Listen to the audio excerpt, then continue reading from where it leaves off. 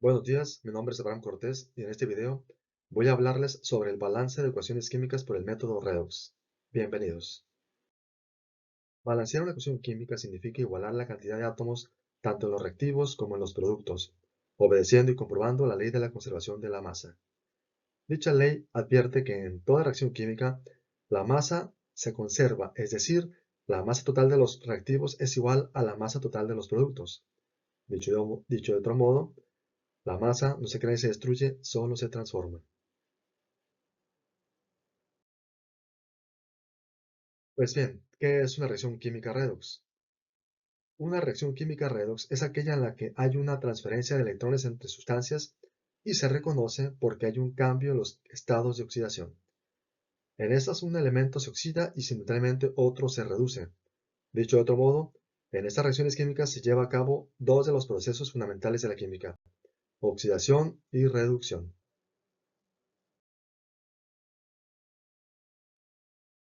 A la oxidación se le conoce comúnmente como el proceso en el cual una sustancia reacciona con el oxígeno para convertirse en otra, como en la oxidación de un metal formando óxido de hierro. Realmente, la oxidación es la pérdida de electrones de un átomo, implicando el aumento en su estado de oxidación, mientras que la reducción es el proceso electroquímico por el cual un átomo o ion gana uno o varios electrones, implicando la disminución de su estado de oxidación. Ahora bien, ahora sí vamos a ver los pasos del método Redox. Básicamente, los pasos del método Redox son los siguientes: establecer los estados de oxidación. Número 2, identificar el elemento oxidado y el elemento reducido. Número 3, igualar electrones ganados y perdidos. Sumar semireacciones y, por último, asignar coeficientes en la ecuación principal. Estos pasos los iremos describiendo a detalle durante la explicación del video. Ah, para continuar, vamos a ver algunas consideraciones. Dentro del método Redox existen algunas reglas. Aquí estamos considerando las dos, para este ejemplo, estas dos principales. Dice la regla número 1 que la suma de los estados de oxidación de una molécula debe ser cero y que todo elemento solo o libre tiene un número de oxidación también cero. Eso es muy importante para poder comenzar con nuestra explicación.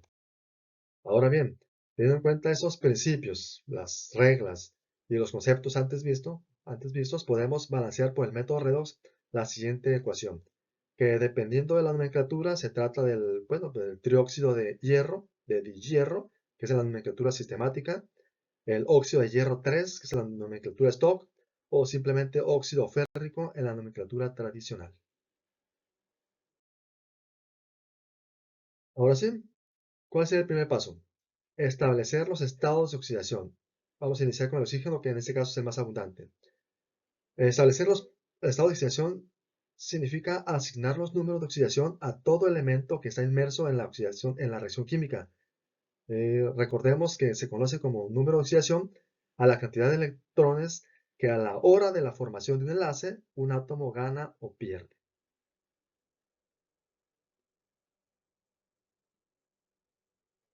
Aquí estamos estableciendo ya los estados de oxidación del oxígeno.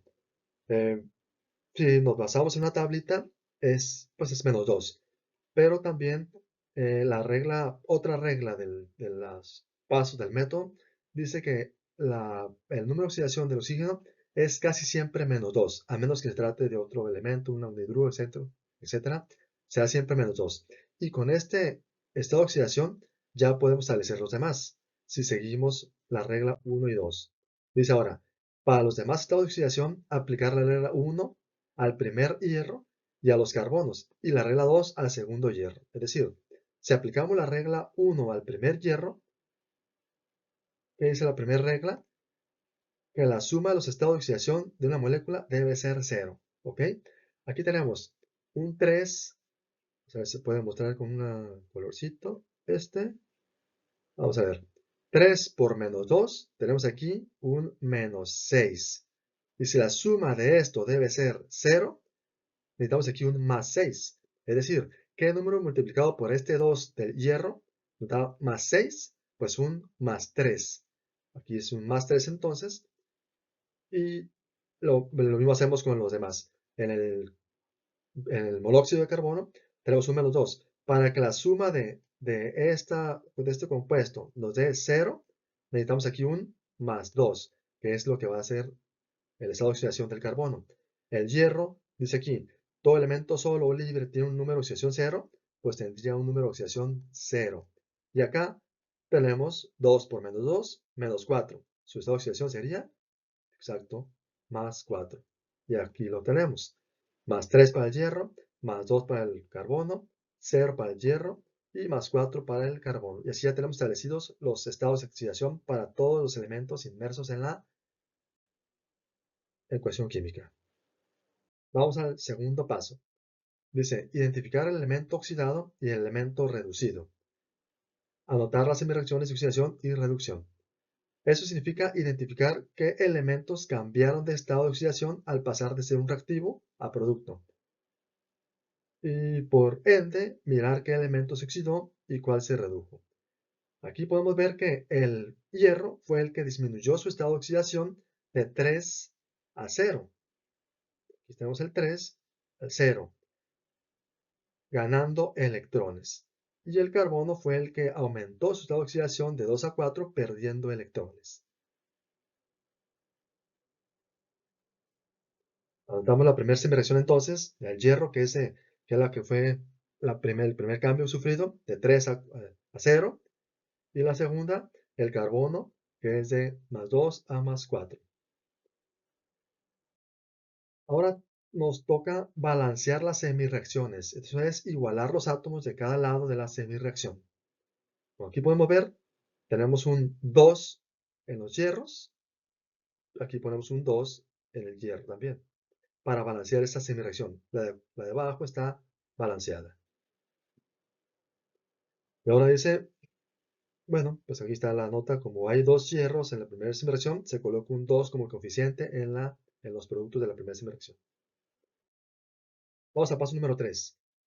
Dice igualar electrones ganados y perdidos. Esto es usar un factor para multiplicar e igualar las dos ecuaciones. Aquí tenemos que aquí tenemos 6 electrones del 3 al 0. Tenemos 6 electrones ganados. ¿Por qué? Son 3, pero multiplicado por 2 son 6. Entonces aquí tenemos los electrones que son 6. Y acá tenemos un 2 electrones perdidos. Pero entonces, ¿cómo ajustamos esto? Para igualar y equilibrar las semireacciones, deberíamos tener igual este número.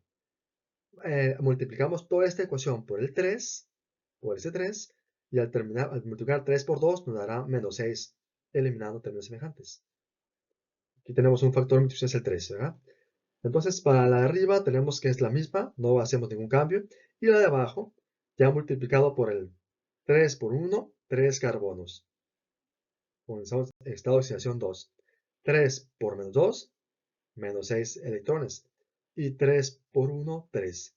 Aquí es donde ya tenemos multiplicada la semireacción por el factor 3. Lo que dice ahora el paso número 4 es sumar las semireacciones y cancelar los electrones de oxidación y reducción. Es decir, cancelamos estos dos para simplificar la ecuación y sumamos los factores que tenemos. Es decir, todo lo que está a la izquierda de las flechas lo colocamos a la izquierda y lo que está a la derecha lo colocamos a la derecha. Aquí lo tenemos. Fierro más carbono, ¿sí? Con sus coeficientes y sus números de oxidación. Y acá tenemos pues el hierro y el carbono. Falta ese lado que se ve, pero está cubierto. El siguiente paso es asignar los coeficientes en la ecuación principal.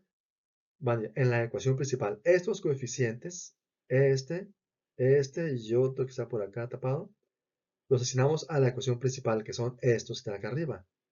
Es decir, este y este. ¿Ok? Ahora comprobamos que la ecuación esté perfectamente balanceada, ajustándola por tanteo si es necesario. ¿Ok? Aquí tenemos, primero colocamos los elementos que tenemos el hierro, el oxígeno y el carbono. El hierro, el carbono y el oxígeno. ¿Por qué en este orden? Porque primero, como las reglas del balanceo por tanteo, Primero se ordenan por metales, no metales, oxígeno y hidrógeno al final. Entonces colocamos de esta forma. Y de esta forma igual, está el hierro, está el carbono y está el oxígeno. ¿Cuántos átomos tenemos de este lado del hierro? Tenemos aquí un número 2. Aquí está, 2. El carbono tenemos 3. Y oxígenos tenemos 3. Este 3 por 1, 3 más 3 de este lado, tenemos 6 oxígenos. Vamos al otro lado. Este 2 por el hierro son 2 hierros. 3 por 1 para el carbono, 3 carbonos. Y así ahorita vamos bien. Y 3 por 2 del oxígeno tenemos 6. Lo que nos dice que nuestra ecuación está perfectamente balanceada. Como podemos ver, el método Reos es el más óptimo para el balanceo de ecuaciones químicas, especialmente cuando se trata de reacciones de oxidación y reducción. Algunas de las características que lo vuelven el más óptimo o viable son las siguientes. Pues cuenta con un método sistemático y estructurado, como acabamos de ver, pasos bien definidos, nos recuerda procesos como la oxidación y la reducción, se respalda en principios sólidos como la conservación de la masa y la conservación de la energía, de la carga, ya que ningún otro método lo hace. Está muy respaldado en conceptos teóricos fundamentales y garantiza un balanceo no solo por masa, sino por carga eléctrica.